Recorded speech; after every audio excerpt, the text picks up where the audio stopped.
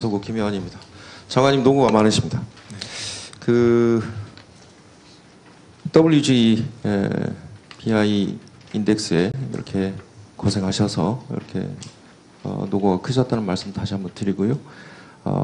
그 지수에 포함됨으로써 금융시장이 특히 이제 국채, 회사채 시장까지 연결된 구조가 안정적으로 좀 기반이 마련됐다라는 생각입니다.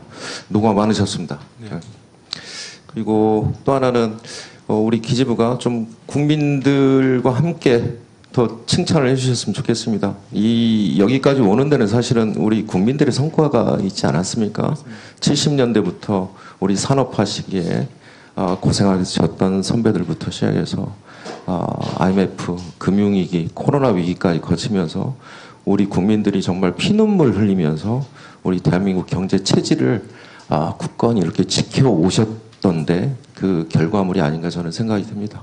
그래서 우리 국민들과 함께 나누는 좀 축복 이런 칭찬이 되었으면 좋겠다는 말씀 드리고 싶고요. 제가 오늘 주로 이제 질의 드리고 싶은 거는 여러 의원님들께서 같이 좀 언급도 많이 하셨지만 주로 이제 거시경제 지표 중에 우리가 이제 특히 이제 GDP 구성을 할 때 이제 소비 사이드하고 이제 정부 재정 쪽하고요. 그 다음에 투자 쪽하고 그 다음에 이제 순수출 관련해서 이제 얘기를 하는데 전 여기에 이제 선순환 고리들을 조금 한번 말씀드리고 싶어요. 그러니까 지금 이제 내수 소비 쪽이 되게 취약합니다. 그런데 이 고리들이 어디서 발생을 했는지 지금 이제 윤석열 정부 지금 3년 차잖아요. 벌써 3년 차인데 그동안 수많은 소상공인 지원 대책, 금융 지원 대책 이렇게 좀 말씀을 하셨는데 이런 부분들이 저는 국내 시장에 좀 총수요 부족으로 발생하는 사태들이 아닌가. 고용과 함께 발생하는. 그래서 좀 한번 같이 진단을 해보고 싶습니다. GDP 역성장은 2, 4분기 때 이제 지표 보셔서 알 수 있겠지만 이게 이제 골드만삭스 데이터인데요.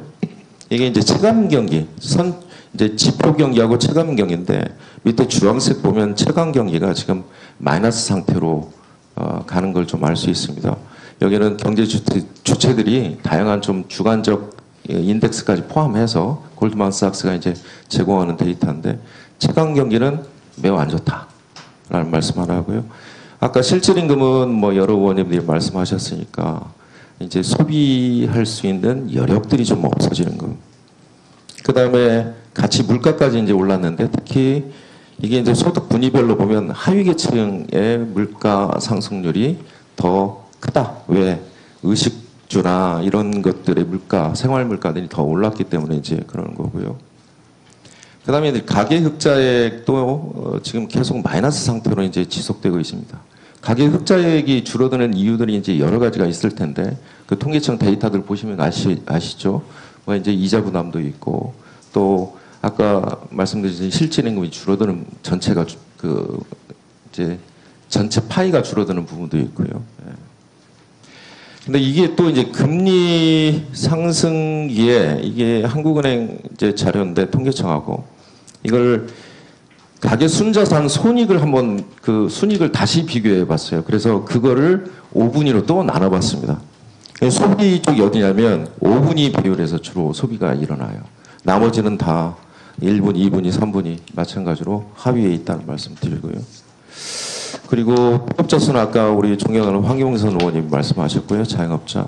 저는 앞으로 이쪽에서 좀 크게 기재부가 우려해야 될 상황들이 발생하지 않을까 저는 싶습니다. 그 다음에 자영업자 취약, 비취약 자영업자 연출 차이 보시죠? 지금 거의 한 20배 수준입니다. 그 다음에 이제 지역신고하고 신보 기금 이런 차이들을 보시면 건수하고 대입현재 금액 이렇게 대폭적으로 증가하고 있다. 그래서 내수 소비 부분은 되게 축하다라는 말씀드리고 노란원상 공제 토목공제금 지급 건수도 상반기만 벌써 6만 건이 넘었습니다. 이 부분도 한번 주의 깊게 살펴보셔야 되고요. 자영업자 비중 1에서 떠나가는 겁니다. 먹고 살 수 없는 부분이다. 국가 전체적으로 보면 자영업자 비중이 높으면 사실은 생산성 문제도 있습니다. 그래서 이 부분에 대한 좀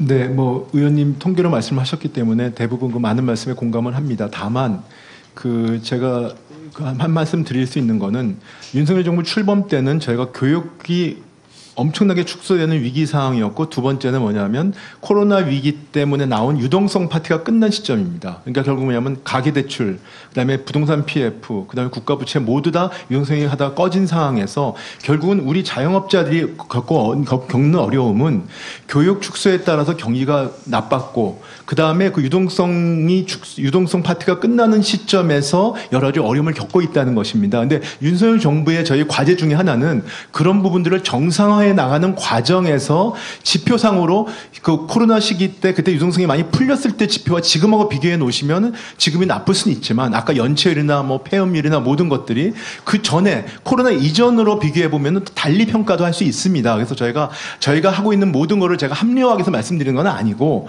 전체적으로 시겨울을 봐서 지금의 문제의식이 무엇이냐. 결국은 우리가 그 유동성 파티를 계속 끌고 갈 수는 없는 거 아니겠습니까?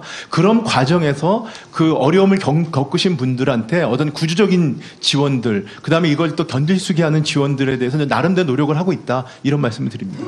네.